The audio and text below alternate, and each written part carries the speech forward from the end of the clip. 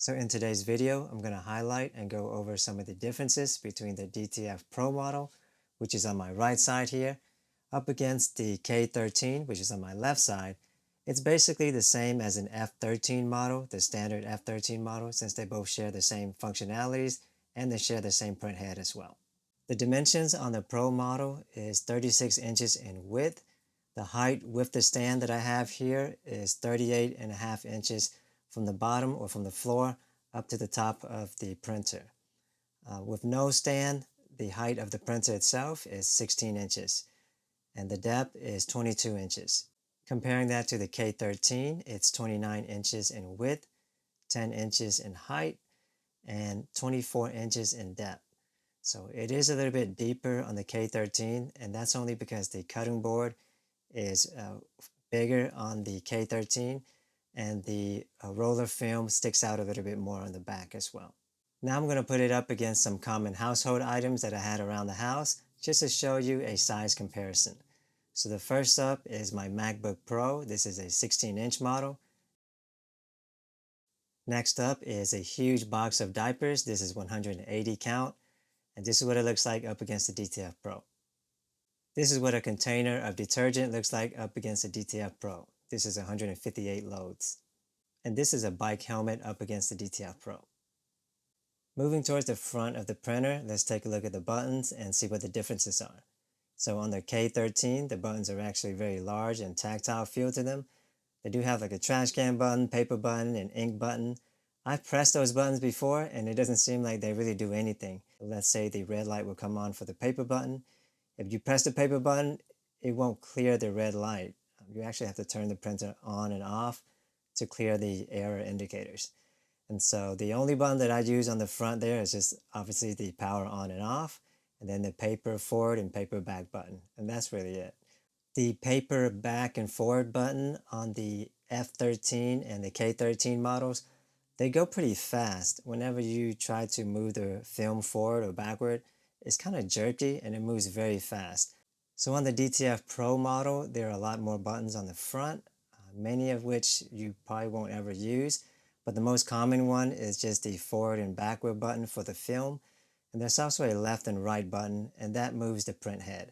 So if you need to get access to the print head, maybe to clean under it, you can move the print head left or right to move it out of the way so you can clean it easier. I also want to mention to move the film forward and backward on the DTF Pro, it moves very smoothly. The F13 Pro model does have a nice little screen. It looks kind of like a calculator screen. It's very low resolution, just like little pixels, but it's pretty helpful. It tells you what the printer is doing. For example, if it's printing something, it would tell me what percentage left until it's finished. If it's doing a print head cleaning, it will say cleaning.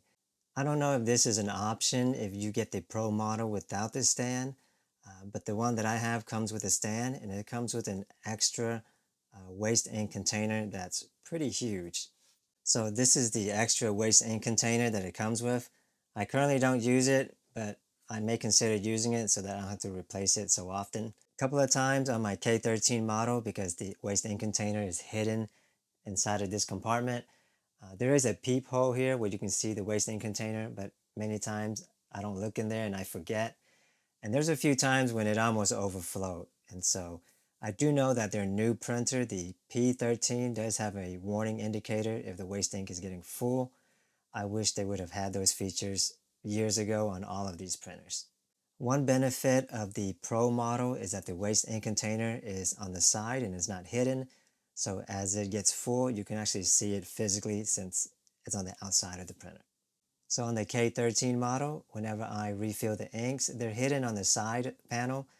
And it's a really big hassle to refill the inks because you need to use a funnel.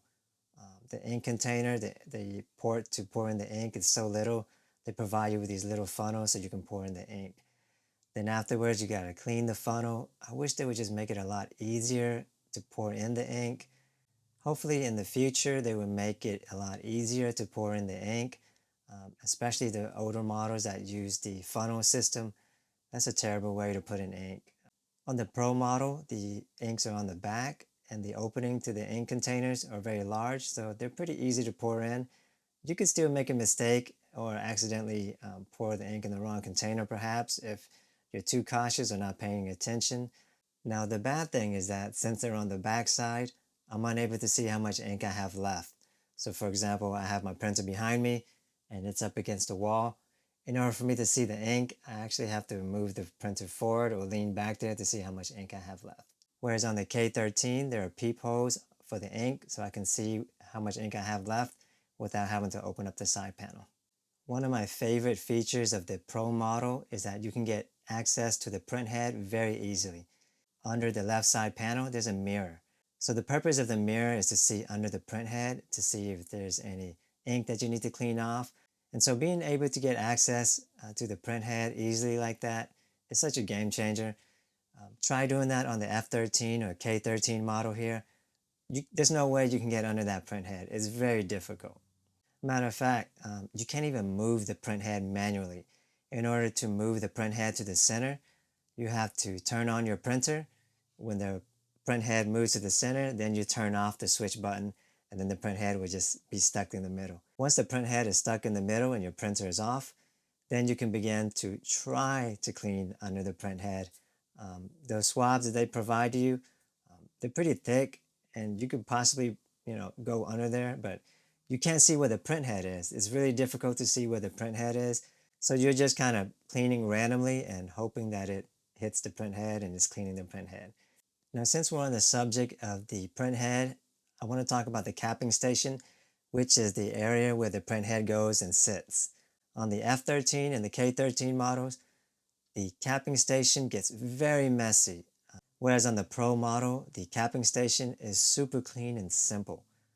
It's just these two rectangular shaped capping stations for the print head to sit in, and the squeegee that cleans the print head, which is the blue squeegees that you see on the screen here, they're exposed and so they're easy to clean. You just move the print head over to the side and you can clean those squeegees so easily and simply. And as you can see, my capping station is not very dirty. There's a little bit of white ink splashing around, but I can easily clean that up. Whenever I do a print head cleaning on the Pro model, it takes less than 1 minute and 30 seconds from start to finish.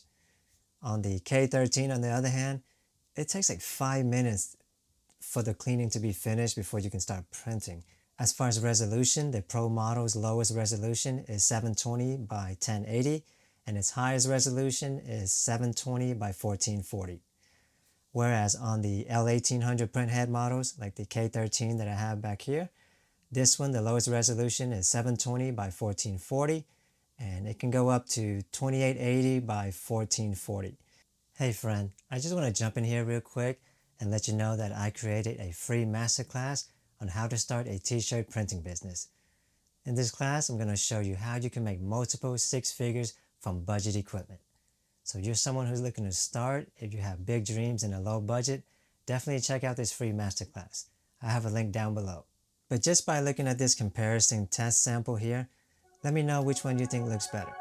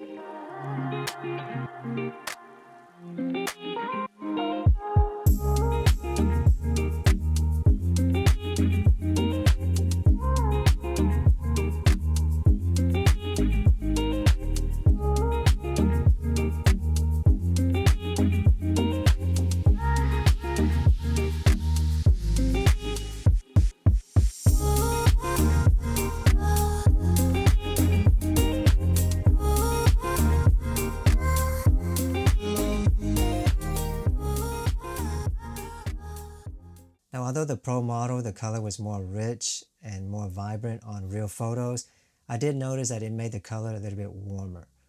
So if you're going to be printing real photos, just keep that in mind.